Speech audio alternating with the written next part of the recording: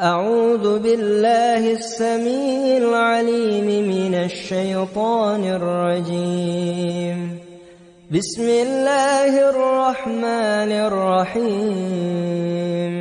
الحمد لله رب العالمين الرحمن الرحيم مالك يوم الدين إياك نعبد وإياك نستعين اهدنا الصراط المستقيم صراط الذين أنعمت عليهم غير المغضوب عليهم ولا الضالين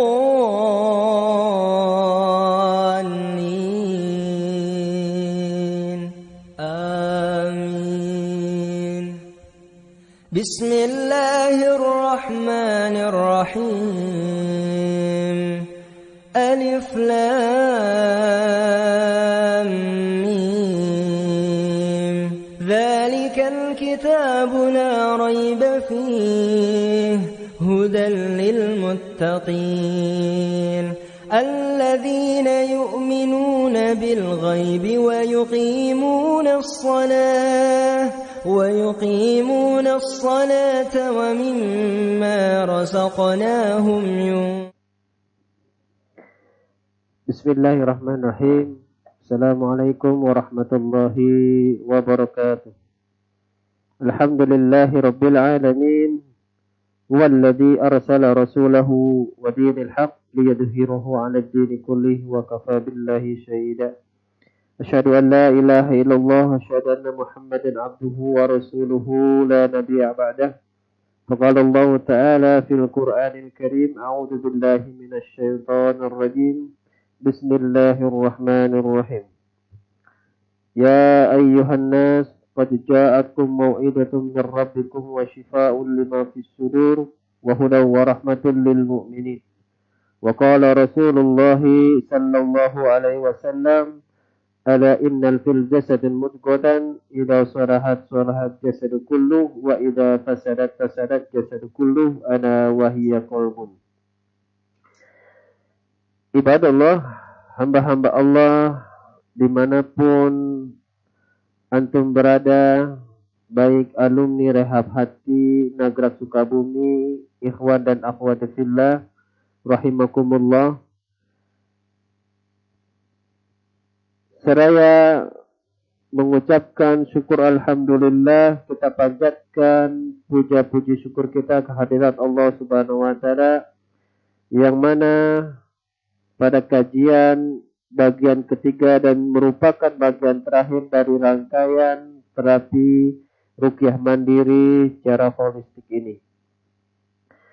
Semoga antum-antuna semua diberkahi umurnya, keluarganya, hartanya, dan segala apapun yang kita lakukan. Dan juga kita berdoa semoga Allah uraikan segala permasalahan kita, Allah permudahkan segala urusan kita, dan Allah lapangkan segala apa yang kita usahakan. Amin amin ya rabbal alamin. Tak lupa kita haturkan salawat serta salam kita kepada Nabi kita Muhammad sallallahu alaihi wasallam, juga kepada keluarga, sahabat, tabi'un, sahabiahnya, dan juga para alim ulama yang ada di dunia dimanapun mereka berada, dan juga kita yang selalu istiqomah menjalankan segala sunnah-sunnahnya beliau.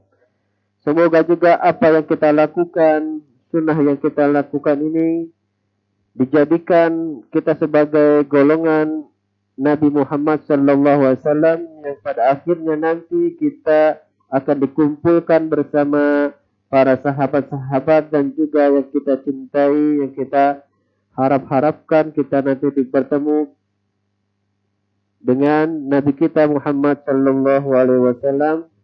Semoga selalu kita diistiqomahkan, diteguhkan keimanan kita, ketakwaan kita kepada Allah, dan juga menjalankan segala aktivitas sunnah-sunnahnya. Amin amin ya rabbal alamin. Ibadallah, pada tahapan yang terakhir ini kita akan membahas tazkiyatun nafs dan juga membuat benteng untuk diri kita juga keluarga kita dengan ritual-ritual sunnah. Saya akan merunutkan dari awal terapi ruqyah mandiri holistik ini ada 7 tahapan. Yang pertama adalah dengan doa perlindungan. Yang kita tahu, yang kita paham dengan ucapan 3 qul. Ya, ini kita bisa lakukan selama 3 hari dengan baca Al-Ikhlas, Al-Falaq, juga An-Nas. Lalu yang berikutnya adalah membuatkan air ruqyah untuk diri kita, rumah kita, dan juga untuk terapi mandiri kita. Lalu yang berikutnya adalah terapi Al-Baqarah, yang mana serangkaian ruqyah mandiri kita sudah jalankan, kita lanjutkan dengan terapi Al-Baqarah, yang mana kita paham di bagian yang kedua kita sudah membahas bagaimana khasiat-khasiat dari surat Al-Baqarah ini. Setelah kita lanjutkan dengan Al-Baqarah, bisa kita melanjutkan dengan surat Ali Imran untuk memperkuat keistiqomahan kita menjalankan ruqyah mandiri secara holistik ini. Lalu berikutnya, libatkan keluarga kita, baik diri kita, istri kita, suami kita, orang tua kita, mertua kita, bahkan kerabat-kerabat kita yang ada di dalam lingkungan rumah itu, libatkan untuk melakukan tahapan demi tahapan ini. Karena ini semua tidak akan pernah berhasil ketika masih di antara keluarga kita memendam rasa perasaan kesal, ada dendam, ada amarah, dan ini akan mempersulit, bahkan tidak bisa mencapai kesembuhan secara sempurna tentunya. Lalu dilanjutkan dengan tazkiyatun nafs. Yang kita tahu tazkiyatun nafs merupakan upaya penyucian jiwa. Upaya penyucian jiwa kita dari segala bentuk kesyirikan. Menegakkan penegakan tauhid kita. Bahwanya karena kita tahu bahwasanya yang paling utama, pondasi awal dari kita melakukan tahapan ini adalah tersingkirnya segala kesyirikan. Yang kita tahu di dalam tazkiyatun nafs berasal dari kata zakah, yaitu penyucian. Dan an-nafs bisa diartikan dengan segala macam, bisa dengan ruh, dengan jasad, ataupun dengan jiwa. Yang mendekati arti dari an-nafs itu tersendiri adalah jiwa. Jadi penyucian jiwa. Yang kita paham mengapa jiwa kita perlu dibersihkan. Karena di dalam jiwa kita masih ada kotoran-kotoran hati. Yang kita perlu paham bahwa desanya di dalam kotoran hati itu, dalam karangan Imam Ibnu Al-Zawziyah, dikatakan ada 7 penyakit kotoran hati. Di antaranya adalah subhat dan juga syahwat.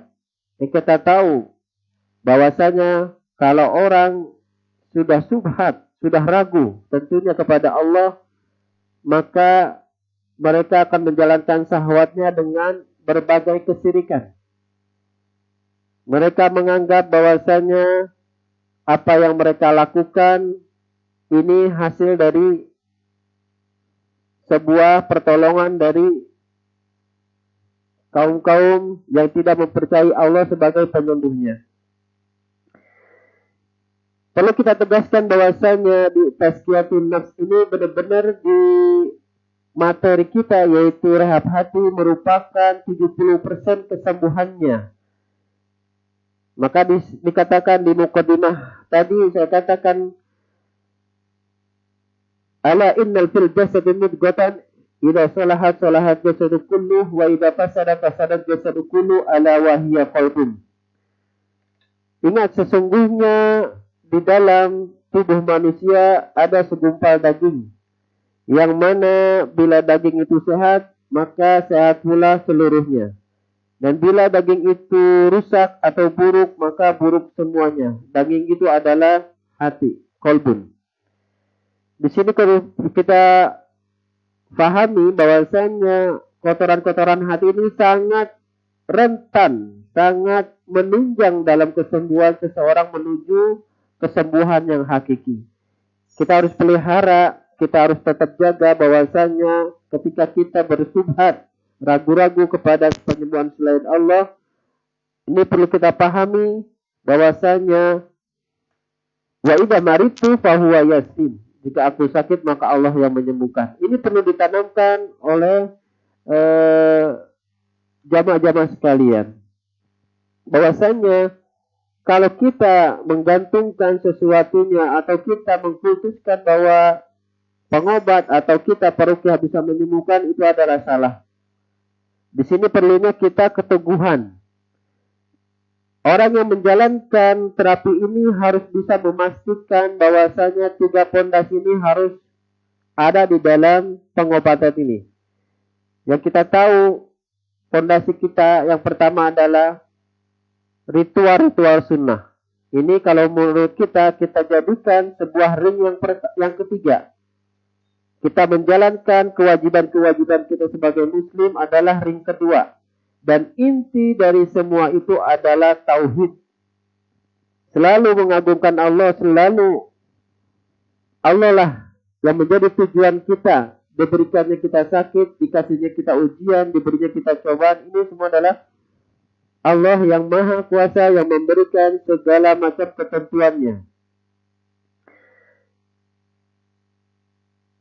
Ibadallah, banyak sekali ketika kita melaksanakan tazkiyatun nafs ini belum sepenuhnya dijalankan.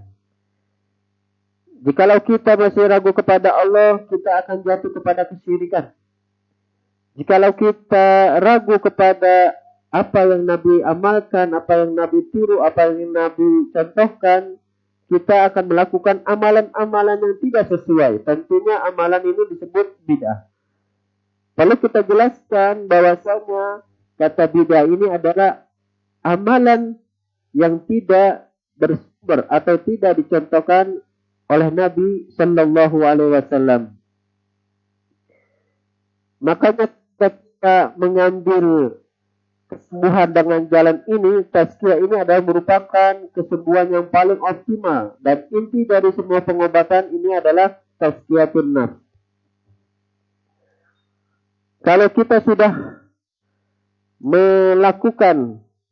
meniru apa yang Nabi contohkan, tidak ada lagi ritual, tidak ada amalan-amalan yang tidak sesuai dengan Nabi, insya Allah melalui ini semua kita akan disembuhkan oleh Allah Subhanahu wa Ta'ala. Yang kedua adalah kotoran hati berupa dosa-dosa besar. Yang kita paham dosa besar, ada dosa melakukan perampokan, berzina, durhaka kepada orang tua, durhaka kepada Allah, tidak menjalankan syariat-syariat Allah. Ini perlu dipahami, banyak sekali ketika seorang wanita atau akhwat telah melakukan serangkaian ritual atau rangkaian pengobatan tapi tidak mengindahkan bagian seperti ini, dosa-dosa besar. Seperti memakai jilbab yang kita anggap sepele. Padahal ini semua sudah dijelaskan di dalam Al-Quran. Bahwasanya kewajiban kepada seorang muslimah untuk menjulurkan kainnya hingga menutupi tubuhnya.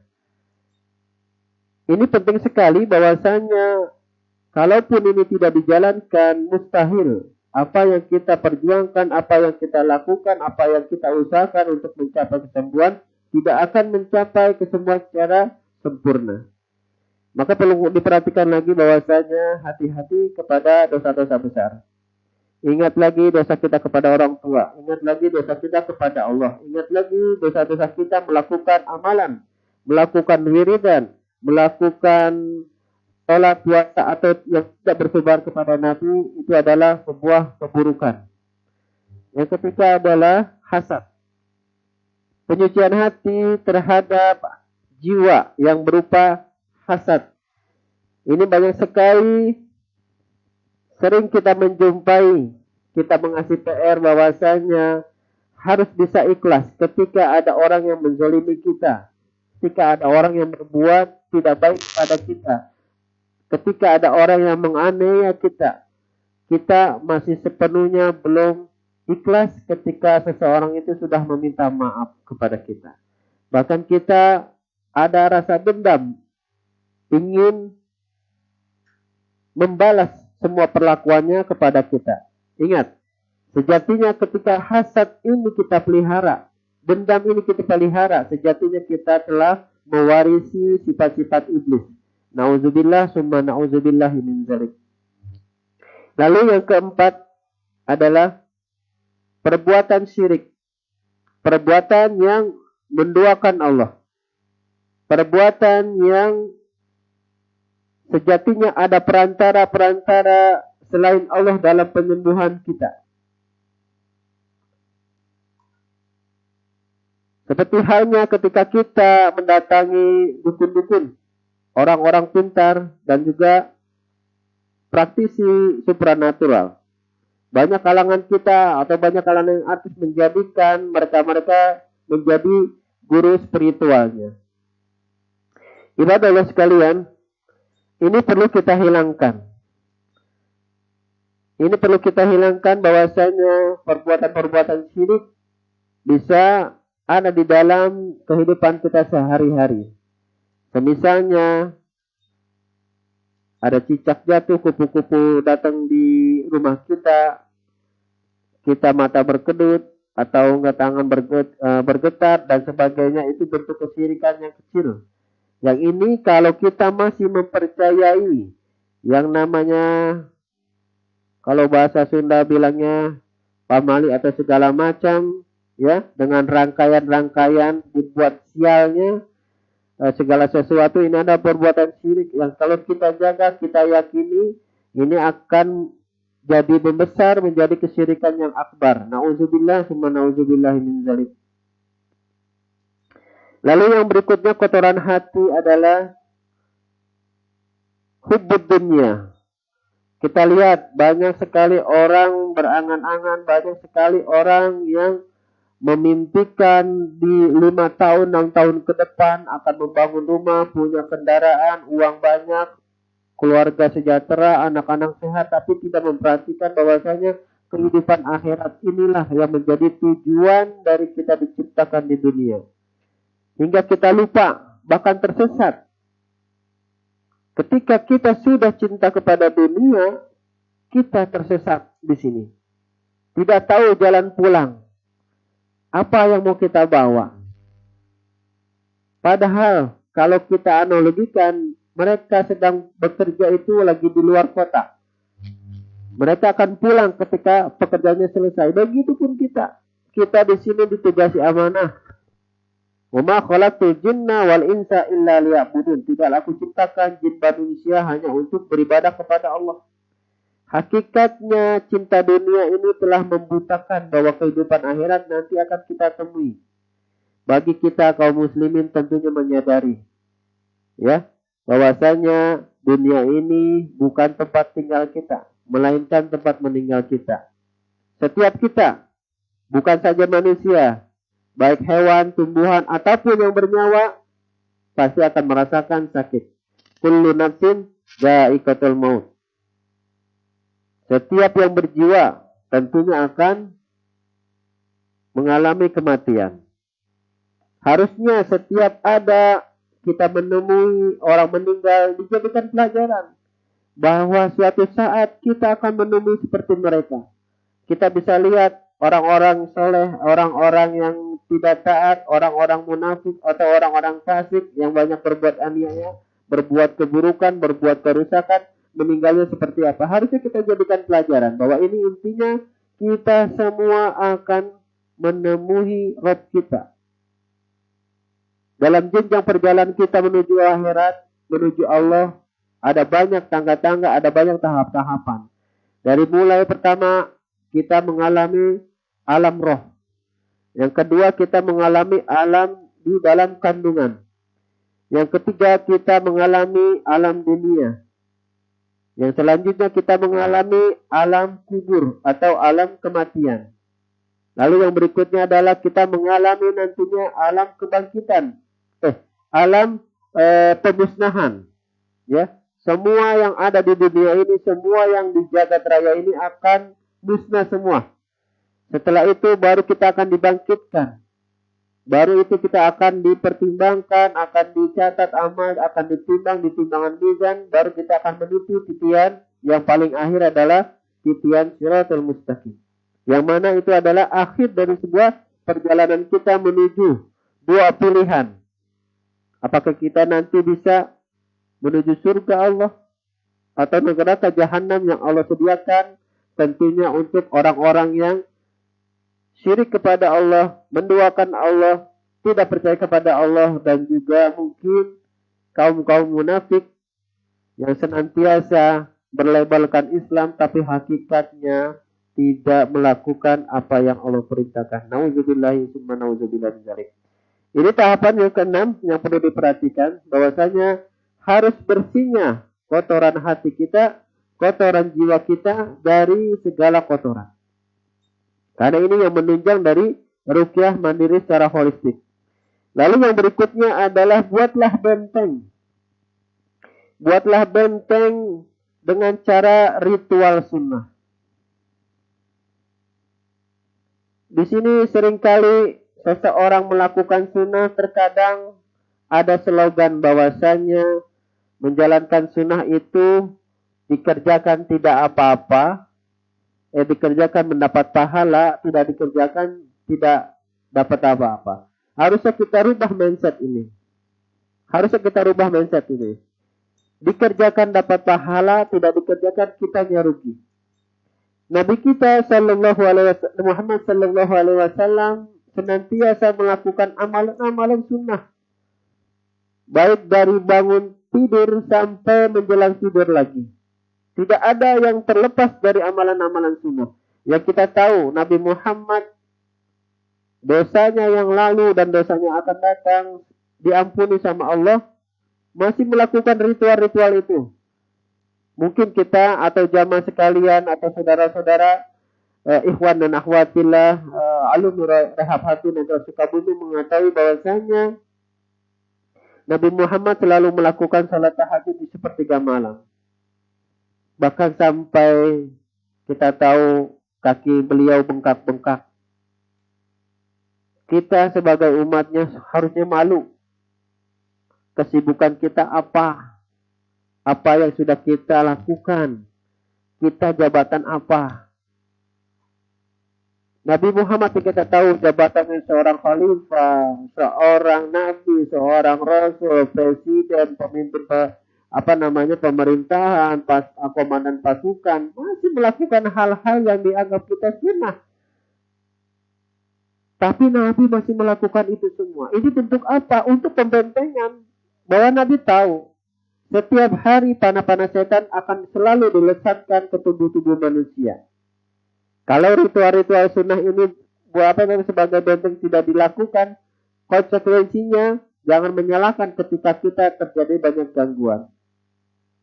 Lihat Nabi Muhammad ketika melakukan sholat tahajud, yang kita aja sholat tahajud kadang suka bolong-bolong, Nabi Muhammad melakukan hampir tiap malam. Sampai Siti Aisyah istri beliau mengatakan, ya Nabi Allah, mengapa engkau melakukan ini semua? Sedangkan dosamu, dosa yang lalu dan akan diampuni sama Allah. Apa jawab Nabi? Tidak bolehkah aku menjadi hamba yang bersyukur? Subhanallah, Masya Allah. sebegitu agungnya, sebegitu sebegitu dahsyatnya apa yang dilakukan sama Nabi. Yang Allah memuji. Bahkan kita tahu sebelum dunia ini diciptakan sudah ada sinar atau nur cahaya Nabi Muhammad. Makanya kalau kita pahami bahwasanya yang diciptakan pertama kali hakikatnya bukan Nabi Adam, tapi nur Nabi Muhammad. Sungguh agung, sungguh mulia. Kita akan menyesal ketika amalan-amalan sunnah Nabi tidak kita terapkan. Bahwasanya Nabi bersabda, barang siapa mengikuti amalan-amalan sunnahku, maka dia termasuk golongan-golonganku. Maka jangan heran ketika nanti kita di padang mahsyar, kita tidak diakui oleh Nabi, sekalipun kita seorang muslim. Karena muslim itu banyak, tapi orang yang beriman sungguh dikit. Ketika iman yang kita tahu bahwasanya diucapkan dengan lisan, dibenarkan dengan hati, dan dilakukan dengan amalan-amalannya. Sudahkah kita beriman kepada Allah? Ini yang harus menjadi catatan buat kita bahwasanya ritual-ritual sunnah ini harus selalu kita tegakkan. Bisa juga dengan membaca zikir pagi dan petang. Sholat duha, sholat sunnah rawatib, dan juga zikir, mengaji, dan juga yang lain-lainnya. Ini harus kita fokuskan bahwasanya ritual sunnah ini sebagai benteng, sebagai perisai dalam perjuangan kita menghadapi segala gangguan, baik gangguan jin maupun serangan-serangan sihir. Ibadah Allah, hamba-hamba Allah yang selalu dirahmati dan muliakan oleh Allah Subhanahu wa Ta'ala.